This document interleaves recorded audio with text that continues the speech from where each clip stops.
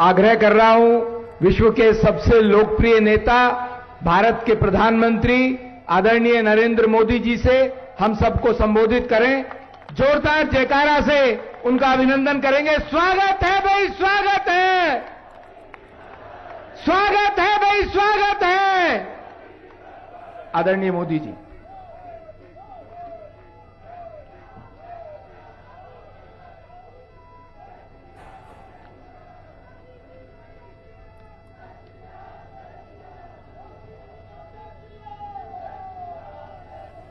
सबसे पहले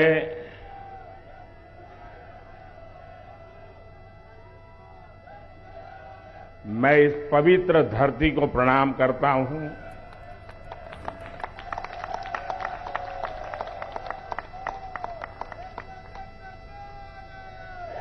हमारे पूर्वजों को प्रणाम करता हूं और आप सबके माध्यम से मैं देशवासियों को आदरपूर्वक नमन करता हूं।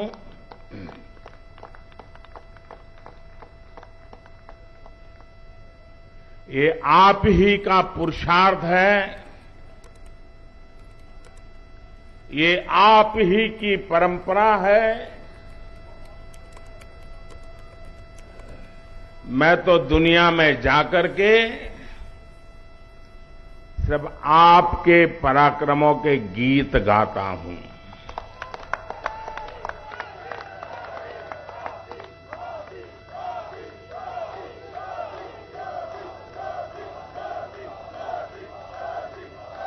मैं दुनिया के देशों में जाकर के दुनिया के महापुरुषों को मिलकर के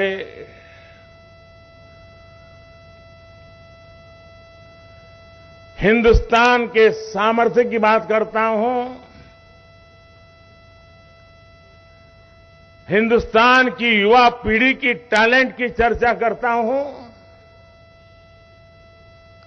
और अवसर मिलने पर भारत कैसे खिल उठता है, भारत के नौजवान कैसा पराक्रम करके दिखाते हैं, ये बात मैं दुनिया में जाकर के बताता हूं।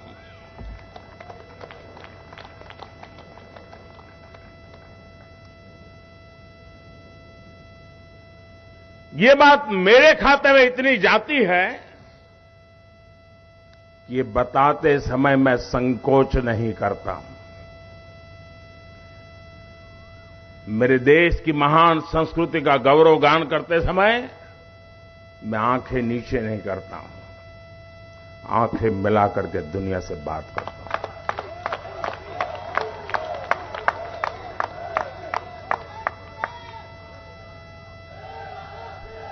और ये सामर्थ्य क्यों आया है? ये सामर्थ्य इसलिए है क्योंकि हमारे देश ने पूर्ण बहुमत वाली सरकार बनाई है। आप सबने देश को पूर्ण बहुमत वाली सरकार बनाई है और जब पूर्ण बहुमत वाली सरकार का प्रतिनिधि विश्व के सामने जब कोई बात बताता है तो दुनिया ये विश्वास करती है कि ये अकेला नहीं बोल रहा है, 140 करोड़ लोग बोल रहे हैं।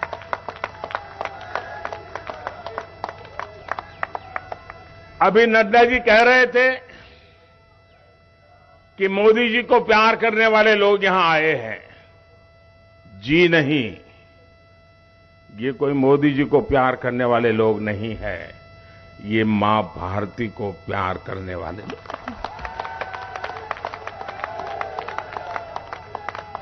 ये हिंदुस्तान को प्यार करने वाले लोग हैं। हिंदुस्तान का नाम रोशन होता है तो 140 करोड़ देशवासियों का जज्बा नई ऊंचाइयों को छूने लगता है।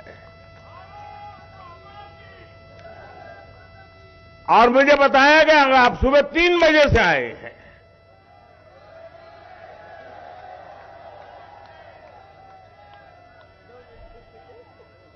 भारत की दुनिया में सही पहचान बने, भारत का दुनिया में जय जयकार हो, कोई हिंदुस्तानी इतना खुशियों से भर जाता है को रात को 3 बजे यहां आकर के पहुंच जाता है।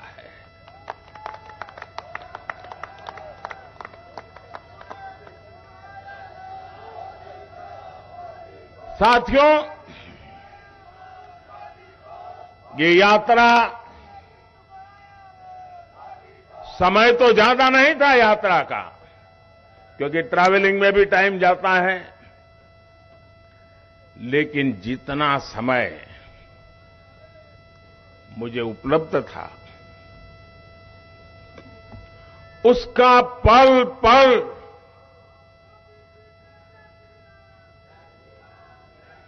मैंने देश की बात करने में, देश की भलाई के लिए निर्णय करने में अपना समय पूरी तरह से उपयोग किया मैंने।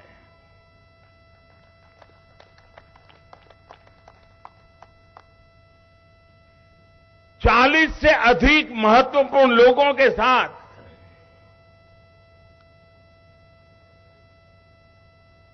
मिलने का अवसर मिला। और एक बात जो शायद हिंदुस्तान में जिसकी चर्चा बहुत कम है, और क्यों कम है वो तो समय बताएगा, जो भी नेता मिलते थे, खास करके G7 समूह जो दुनिया के समृद्ध देशों का समूह है, वे भारत में G20 के जो प्लानिंग हुआ है,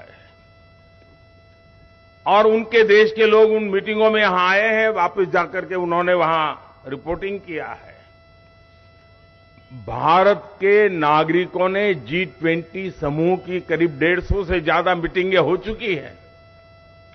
100 से अधिक हिंदुस्तान के अलग अलग कोने में मीटिंगें हुई हैं, और दुनिया के 40-45 देशों के प्रतिनिधि उसमें आए हैं। और उन्होंने जाकर के वहां जो बताया है, भारत के लोगों ने जिस प्रकार से उनका सम्मान किया, स्वागत किया, ये जो वहां बताया है, उसका इतना प्रभाव उन लोगों के मन पे है कि भारत की इस ताकत की पहचान हमें G20 समूहों की मीटिंग में गए हुए हमारे प्रतिनिधियों के माध्यम से मिली है। हम बहुत अभिभूत है। कौन हिंदुस्तानी होगा जिसको गर्व नहीं होगा दोस्तों?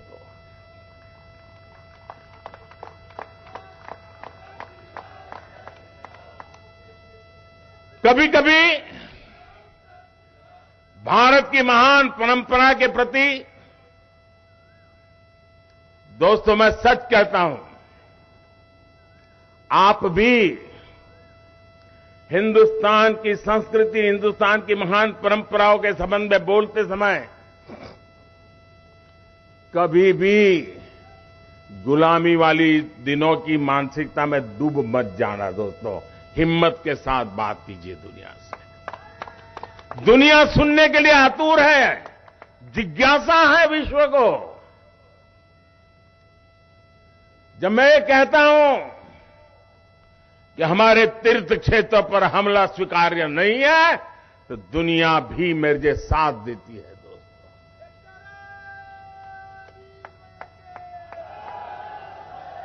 हिरोशिमा की धरती, जहां पर मानव संहार का भयानक घटना घटी थी, उस हिरोशिमा की धरती पर जब पूज्य बापू की प्रतिमा लगती है, शांति का विश्व को संदेश बड़े गर्व के साथ हम पहुंचा पाते हैं। जी, मेरे लिए गर्व की बात होती है कि जापान के प्रधानमंत्री जब भारत आए थे, तो मैंने बोधि वृक्ष का एक सैंपल उनको दिया था, और उन्होंने बड़े गर्व के साथ मुझे बताया कि मोदी जी, जब मैं भारत आया था, आपने मुझे जो बोधि वृक्ष का पौधा दिया था, वो मैंने हिरोशिमा में जहां ये बड़ा मानव संहार हुआ था, उस बोधि वृक्ष का पौधा वहां लगाया है और करुणा का, भारत का संदेश आने वाली पीढ़ियों को मिलता रहे, इसके लिए मैंने ये सोचा हुआ है। देखिए कितना गर्व हो रहा है भाइयों बहनों, दुनिया की, हम भारत के लोग कभी कभी ये गौरव का जिक्र करना भूल जाते हैं। हम वो देश हैं जो दुनिया की सबसे पुरानी भाषा, मानव इतिहास की सबसे पुरानी भाषा तमिल भाषा, ये हमारी अपनी भाषा है, हर हिंदुस्तानी की भाषा है। ये दुनिया की सबसे पुरानी भाषा होने का गर्व है। और जब मैं पीएनजी में वहां के गवर्नर, जिनके पूर्वज भारतीय हैं, उन्होंने तमिल भाषा का महान ग्रंथ तिरुकुरल का पीएनजी की भाषा में भाषांतर किया और उसका लोकार्पण करने का मुझे सौभाग्य मिला। आप कल्पना कर सकते हैं कि हिंदुस्तान की इस महान विरासत को आज दुनिया कैसे पूजने लगी है। दोस्तों, साथियों, ऑस्ट्रेलिया,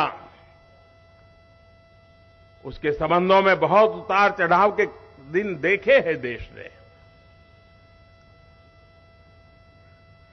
लेकिन वो देश आज भारत को अपना मानता है, भारत को सम्मान से देखता है और वो भारत के भविष्य के साथ अपना भविष्य जोड़ करके देखता है। ये अपने आप में हर भारतीय के लिए बड़े गर्व की बात है। और मैं देख रहा था कल, जब मैंने देखा कि पूरे ओपेरा हाउस पर हिंदुस्तान के तिरंगे रंग की रोशनी करके उन्होंने भारत को सम्मानित करने का बहुत ही उम्दा प्रयास किया था। और भारतीय समुदाय का जो समारोह था, हिंदुस्तान के लोगों ने उसको देखा है, दुनिया ने देखा है। लेकिन सबसे बड़ी बात, लोकतंत्र की आत्मा क्या होती है, लोकतंत्र का सामर्थ्य क्या होता है। साथियों, आपको जानकर के खुशी होगी, और मैंने अब तक जितना भी कुछ देखा पढ़ा, मुझे इस बात की तरफ ध्यान नहीं गया मेरा, और इसलिए मैं बताना चाहता हूं।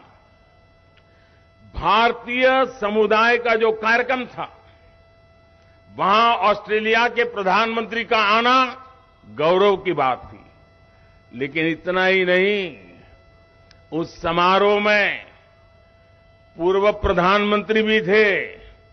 उस समारोह में पूरी अपोजिशन पार्टी के मेंबर्स थे, रूलिंग पार्टी के मेंबर्स थे। ये लोकतंत्र का वातावरण ऑस्ट्रेलिया के लोग में भारतीयों के प्रति, चाहे पक्ष सत्ता का हो, चाहे पक्ष विपक्ष का हो, सबके सब मिलजुल करके भारतीय समुदाय के इस कार्यक्रम में उतने ही उमंग और उत्साह के साथ शरीक हुए थे।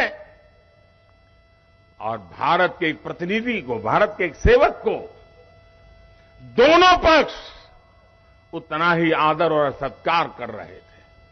साथियों, ये यश मोदी का नहीं है, हम कतई ऐसी गलती मत करें। ये यश हिंदुस्तान के पुरुषार्थ का है, 140 करोड़ हिंदुस्तानियों के जज्बे का है। दोस्तों,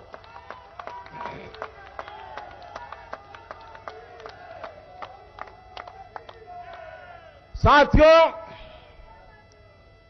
जब कोविड के खिलाफ दुनिया लड़ रही थी, एक एक व्यक्ति को जिंदगी बचाने के लिए एक एक परिवार जूझ रहा था। संकट बड़ा गहरा था, रास्ता सिर्फ अंधेरे के सिवाय कुछ नजर नहीं आ रहा था। इस बीमारी से कौन बचाएगा, कैसे बचाएगा, कौन सी जड़ी बूटी काम आएगी, दुनिया उलझन में थी। हर कोई अपनी अपनी कोशिश कर रहे थे। विश्व के समृद्ध से समृद्ध देश भी कोविड के सामने घुटने टेक चुके थे। दोस्तों, उस पल को याद कीजिए। हमने भी अपने कई परिवारजनों को खोया है। उस दुख, उस दर्द को हम भूल नहीं सकते हैं। लेकिन जब मैं पैसिफिक आइलैंड के इन देश के नागरिकों से मिला, हर किसी की आंख में, वो चाहे ड्राइवर हो, होटल में काम करने वाला कोई व्यक्ति हो, चाहे सब समारोह के गेट पर खड़ा हुआ कोई व्यक्ति हो, चाहे सिक्योरिटी में काम करने वाला जवान हो, हर किसी की आंख में, जब हम उससे आंख मिलाते थे, वो भाषा तो नहीं जानता था, लेकिन उसकी आंखों से वो बताता था और कभी कभी इशारा करके बताता था कि आपने वैक्सीन दिया ना, इसलिए हम जिंदा हैं।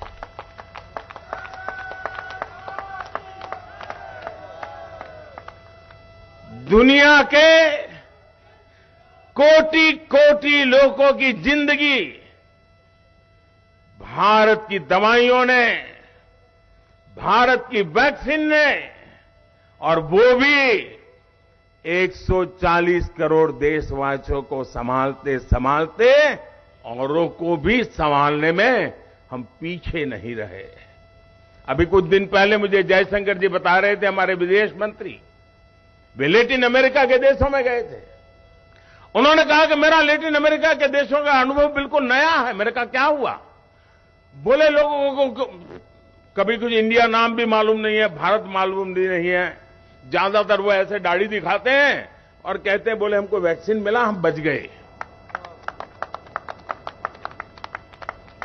दुनिया में, और वो दुनिया याद कीजिए, जब हिंदुस्तान में मुझसे हिसाब मांगा जाता था कि मोदी तुमने दुनिया के लोगों को वैक्सीन देने की क्या जरूरत थी?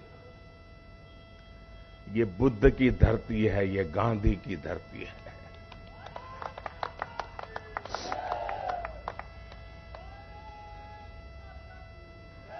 ये दुश्मन की भी भलाई सोचने वाले हम लोग हैं। हम करुणा से प्रेरित लोग हैं।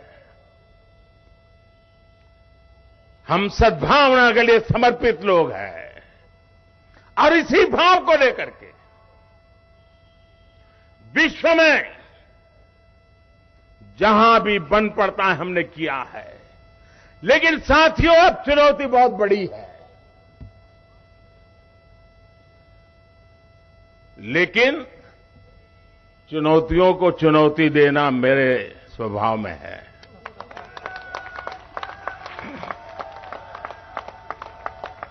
और चुनौती दो है। कभी किसी देश को अपनी जड़ों को मजबूत करना एक बहुत बड़ी चुनौती होती है। अपने गरीब से गरीब के लोगों को गरीबी से बाहर निकालना, उनकी आवश्यकताएं पूरी करना। ज्यादातर लोगों के जीवन में ये काम आता है। हमारे सामने दो काम एक साथ आए हैं। समय, लोग, दुनिया इंतजार करने को तैयार नहीं है दोस्तों। हमारे सामने विश्व की अपेक्षाओं के अनुरूप भारत को नए शिखर पर ले जाना, ये बहुत बड़ी चुनौती है। विश्व की आशा आकांक्षाएं भारत से बढ़ रही है। विश्व की हर समस्या के समाधान में भारत कुछ रास्ता निकाले, भारत उस रास्ते पर हमारे साथ चले। भारत क्या सोच रहा है हमें बताएं। दुनिया के हर कोने से यही आवाज आ रही है। लेकिन साथ साथ 140 करोड़ का देश मेरा दलित हो, पीड़ित हो, शोषित हो, वंचित हो, आदिवासी हो, गरीब हो, उनको भी इस समृद्धि के राह पर मुझे लेकर के जाना है। इसलिए पहली बार ऐसा हुआ है कि जड़ों की भी चिंता करनी है, शिखर की भी चिंता करनी है दोस्तों। लेकिन ये चुनौती भी 140 करोड़ देशवासियों के सामर्थ्य पर मुझे भरोसा है, हम करके रहेंगे, समय सीमा में करके रहेंगे और उसको हम पा करके रहेंगे। साथियों, मैं दुनिया में जब जाता हूं तो बातें तो करते ही करते हैं, अनेक विषयों पर अपनी स्पष्ट बात रखते भी हैं, लेकिन मैं कभी भी भारत की बात पहुंचाने का मौका नहीं छोड़ता। इस बार मैं जिन देशों में गया, ज्यादातर उसका मूल सामर्थ्य आदिवासी समाज से है, चाहे ऑस्ट्रेलिया हो, चाहे पैसिफिक आइलैंड के देश हो। और इसलिए इस बार मैं उनके लिए जो भेंट सौगात लेके गया था, वो मेरे देश के आदिवासियों के सम्मान को लेकर के गया था। मेरे आदिवासी समाज में जिन कृतियों का निर्माण होता है, मैं उसे ले गया था और मैंने मेरे देश के आदिवासी समाज का सामर्थ्य और उन देशों के आदिवासी समाज का सामर्थ्य, उसको जोड़ने के लिए एक सिंबॉलिक रूप में मैंने इसका भी ध्यान रखा था। दोस्तों, चीजें कभी कभी छोटी होती है, लेकिन सामर्थ्य बहुत बड़ा होता है, उसकी ताकत बहुत बड़ी होती है।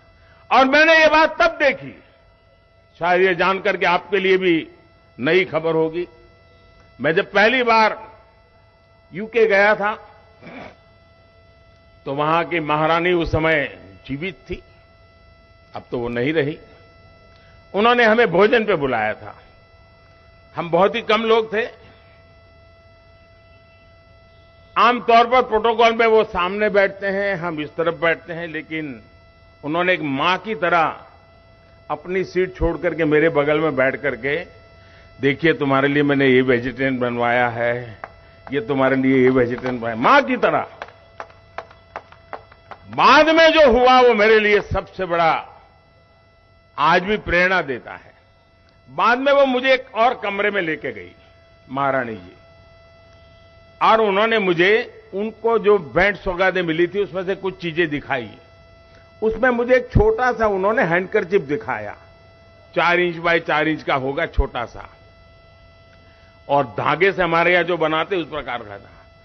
बड़े प्यार से उसको छू करके मुझे फिर मेरे हाथ में दिया, बोले आप भी देखिए इसको।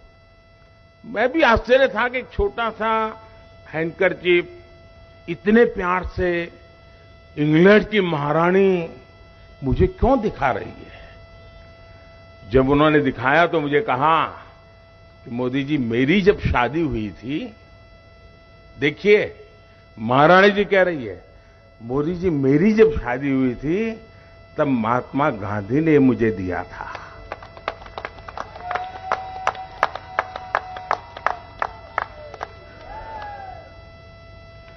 एक छोटा सा हैंडकरचीफ, हाथ से बुना हुआ हैंडकरचीफ, महारानी के मन पर इतने दशकों के बाद भी प्रभाव पैदा करता था। तब से मैंने समझा था कि मेरे देश की हर एक चीज की ताकत है, हर एक चीज का सामर्थ्य है। और इसलिए इस बार मैं आदिवासी समाज की जो कलाकृतियों की रचना है, दुनिया के सामने लेके गया और उन देशों को मैंने एक भेंट में दी, इस गर्व के साथ दी कि ये मेरा आदिवासी समाज है जिन्हें सदियों से महान परंपराओं को निभाया है। साथियों, आज विश्व की जैसे जैसे भारत का सम्मान बढ़ रहा है, भारत का सत्कार बढ़ रहा है, वैसे वैसे भारत से अपेक्षाएं बढ़ रही है। ये हम सबका काम है कि हम मिलजुल करके देश को इतनी तेजी से आगे बढ़ाए, इतनी तेजी से आगे बढ़ाए ताकि दुनिया की अपेक्षाओं को पूरा करने में हम कभी पीछे न रहे। मैं फिर एक बार इतने जल्दी सुबह 3 बजे से यहां पहुंचना, इस प्रकार से स्वागत सम्मान करना, स्वयं राष्ट्रीय अध्यक्ष जी का यहां आना, दोस्तों ये प्यार मैं कभी भूल नहीं सकता हूं। मैं फिर एक बार आपको हृदय से अभिनंदन करता हूं। और जयशंकर जी के पास तो बहुत सी अंदरूनी बातें होती है। आज समय अभाव में उन्होंने बहुत कम बताई, लेकिन कभी उनके साथ बैठोगे तो बहुत कुछ सुनने को मिलेगा, क्योंकि दुनिया को 50 साल का उनका अनुभव है विदेश विभाग का, लेकिन इन दिनों एक नया रूप देख रहे हैं दुनिया का, और हम भी उस कंपैरिजन को देखते हैं जी। ये जो बदलाव है वो अपने आप में 140 करोड़ देशवासियों का सामर्थ्य है। जो सम्मान मुझे दुनिया में मिला है वो मोदी का नहीं है, न ही मोदी का उस पर हक है। ये सम्मान 100%, 100% 140 करोड़ देशवासियों का है, उनका अधिकार है।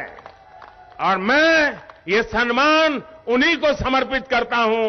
बोलिए मेरे साथ, भारत माता की, भारत माता की, भारत माता की। बहुत बहुत धन्यवाद।